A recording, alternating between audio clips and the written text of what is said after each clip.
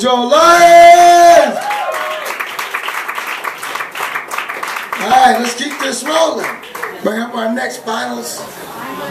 You guys put your hands together for Chris Spalding! Hey! How's everybody doing tonight? Oh, this is a lovely stage. I like this. This is exciting. Are you excited? You are a lovely audience. You really are. You should give yourselves a round of applause. I'm just messing with you guys. I don't really talk like that. I'm sorry. That shit's just funny to me. Gotcha! Some of you guys didn't know what to think when I walked up here talking like that. Some people were like kind of laughing like, huh? Shh! No. He might really talk like that. He might really be from Scotland.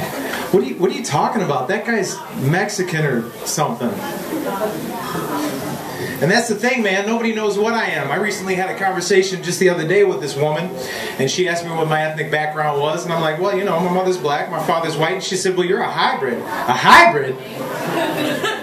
That's right. I get better gas mileage than all you purebreds. I ran here tonight, freezing my ass off, knocking on freaking car windows at stoplights and shit. Just, hey man, you got any Grey Poupon? And speaking of running, you know, I like to work out regularly. I like to look good, feel good, stay in shape. Make some noise if you guys remember what a fanny pack is. Just these three people over here. Okay, pretty much everybody remembers a fanny pack. I still wear mine. I don't care, man. I want to listen to my CDs. I bring my fanny pack, got my CD player, CDs. I do my thing, do my workout, I get out. But as you can imagine, I get a lot of flack for this. So I got people coming up to me all the time. You know, you should really just get rid of the CD player and the fanny pack. Get yourself an iPod. It would be so much easier. Let me tell you something. First of all, I'm in better shape than 90% of the people that walk through that front door. Second of all, if you would worry more about your workout than whether I'm wearing a fanny pack or an iPod, maybe you'd be in better shape. Now, if you excuse me, I have a workout to finish. Yeah. And, you know, when I go to the gym, I like to lift weights, but I also do my cardiovascular exercise. And when I get on those machines, you know, they got the TVs at the gyms now, and I like to watch TV while I'm working out.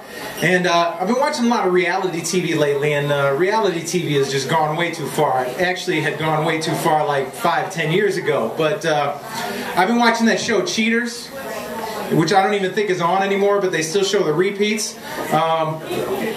You guys know that show, Cheaters? Anybody know that show? There's a few people. Okay, so if you've never seen this show, basically if you think your wife or your girlfriend or your husband or your boyfriend is cheating on you, but you can't afford a private eye, well, you just contact Cheaters and they'll do it for free and then televise it on national television for everybody to see. Isn't that nice of them? And I mean, I was watching it the other day, and they came back from a commercial. It's hosted by this guy, Andrew Greco. And I swear this is what he said. Welcome back to Cheaters. I'm Andrew Greco. Sheila, as you can see by the video that we've blurred out for your protection, I've got some good news and some bad news. Your husband is definitely cheating on you. What's the good news? I just saved a ton of money on my car insurance by switching to Geico. But that's not even the crazy thing about it. The crazy thing about it is I swear that every single person that goes on that show was on Maury Povich a week ago. And what I think they just leave the Maury Povich set and just head right over to Cheaters. Bye, Maury. We got to go. We gonna be late for Cheaters. And speaking of cheaters, so Obama has been president for 2 years. He's not the cheater I'm talking about. Obama's been president for almost 2 years, and you know, back when he got inaugurated, is that what they call it? Back during the inauguration, I noticed when I was watching it that you know, the Clinton family was all sitting behind the Obamas at the inauguration, and I'm just wondering. I'm like, you know, do you think that Bill Clinton calls Barack, you know, bordering on harassment, wanting to use, you know, the White House luxuries that he no longer has access to? Hey, Barack, it's Bill. Clinton, listen. So you sent Hillary over to Israel to take care of that thing. No, not the first thing, the second thing. Right. So I was just sitting here with a couple of young ladies, twins as a matter of fact, and I was just wondering, do you think that maybe I could borrow the Oval Office for an hour or two? And speaking of Bill Clinton, anybody in here smoke weed? We got any weed smokers in here?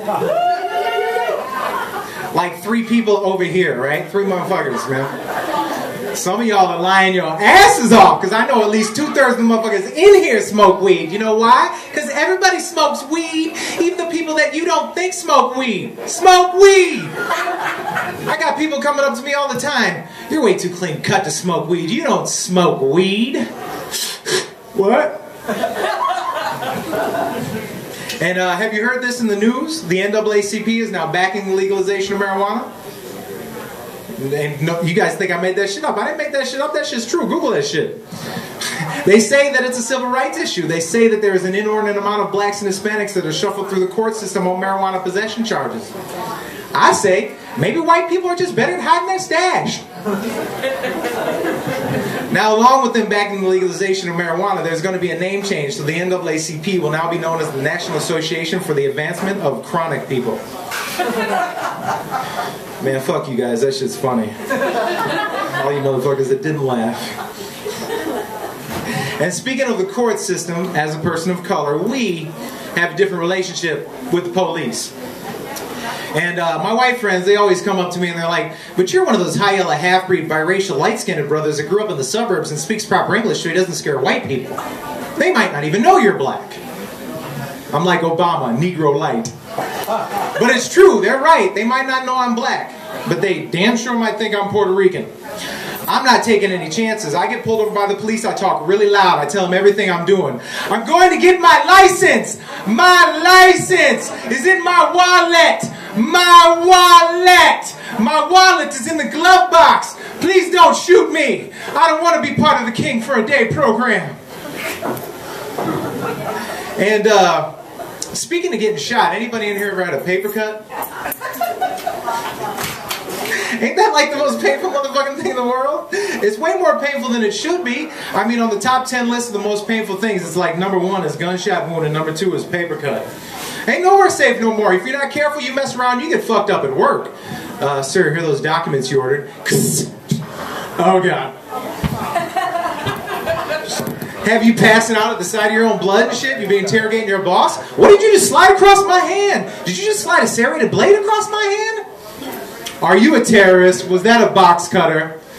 Every time you're in your boss's office, you'll be frisking them from now on and shit. Just, I'm sorry, sir. I can't be fucking around. I got a paper cut just last week. I got to make sure you got no weapons on you. And if you like them cop shows like Law and Order and CSI, I guarantee you're going to see a scene like this soon. So what's the cause of death? See those marks on his neck? Hundreds of tiny paper cuts. Probably took him 3 days to bleed out, and by the looks of it, he waited 2.5 before he called 911. Boys, make sure you put that notebook in a plastic bag. It's definitely the murder weapon. So in conclusion, I've talked a lot about race tonight, and it's just because, this is set for Eugene, it's just because you purebreds, that's right, I said it, you purebreds, you just don't know what it's like for us hybrids. I've dealt with racism from black people for not being black enough, and I've dealt with racism from white people for not being white enough. It's very emotional. But I'm okay, I'm going to be alright, I'm alright. I'm in counseling now, my therapist says I'm making great progress. See, now I'm going to have you guys coming up to me after the show and feeling sorry for me and shit. Just... I'm half German, half Norwegian, I'm not okay. But you're still all white. Anyway, I think I'll end there. Since she messed up my joke. It's alright, I'm half Norwegian and half German. You guys, go ahead. Let's hear it for Chris Spalding. Yeah. All right. Yeah, there you go. Y'all feel sorry for me. That's good, though. And, this was a contest, and we said in the rules in the beginning, shut the fuck up. And that's, that's